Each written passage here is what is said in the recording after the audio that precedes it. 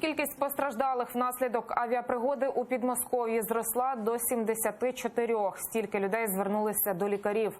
Літак Уральських авіаліній сьогодні вранці вилетів з московського аеропорту Жуковський. Прямував до окупованого Сімферополя. Утім, практично після злету в двигун потрапила зграя птахів. Той загорівся. Пілотам довелося садити літак просто посеред кукурудзяного поля. Подробиці далі в сюжеті.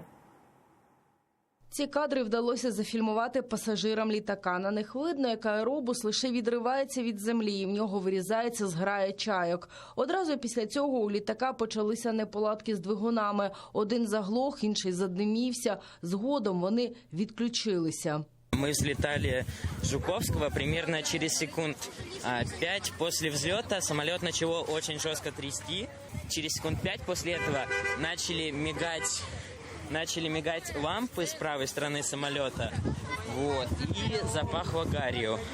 Дальше самолет приземлился, все выбежали. Пілотам довелося садити літак просто в кукурудзяному полі за кілометр від злітної смуги. На борту перебувало 224 пасажира та 7 членів екіпажу.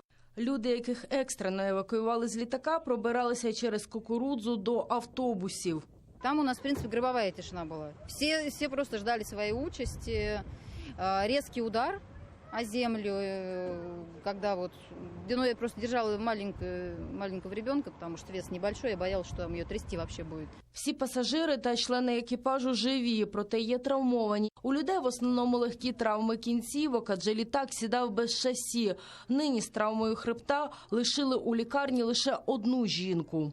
Евакуація пройшла, ще раз повторюсь, успішно, жертв нет. У Росавіації кажуть, пілоти та стюарди робили все вірно і за інструкцією. Екіпажу, який здійснив вдале приземлення та евакуацію пасажирів, обіцяють дати державні нагороди. На ручному управлінні літак приземлив пілот Дамір Юсупов, а вже під час евакуації літака гучномовець розповідав людям, які мають бути їх подальші дії. Идем правее насоса вдоль рядов кукурузы. Після аварійної посадки літак зазнав сильних ушкоджень, а ось бортові самописці не постраждали, тож їх передадуть на дослідження спеціалістів. За фактом порушення правил безпеки відкрито кримінальну справу. Загалом число зіткнень птахів з літаками у Росії зростає. За свідченнями Росавіації, за 2 попередні роки таких випадків було близько 1000. Вероніка Іващенко, Заман, АТР.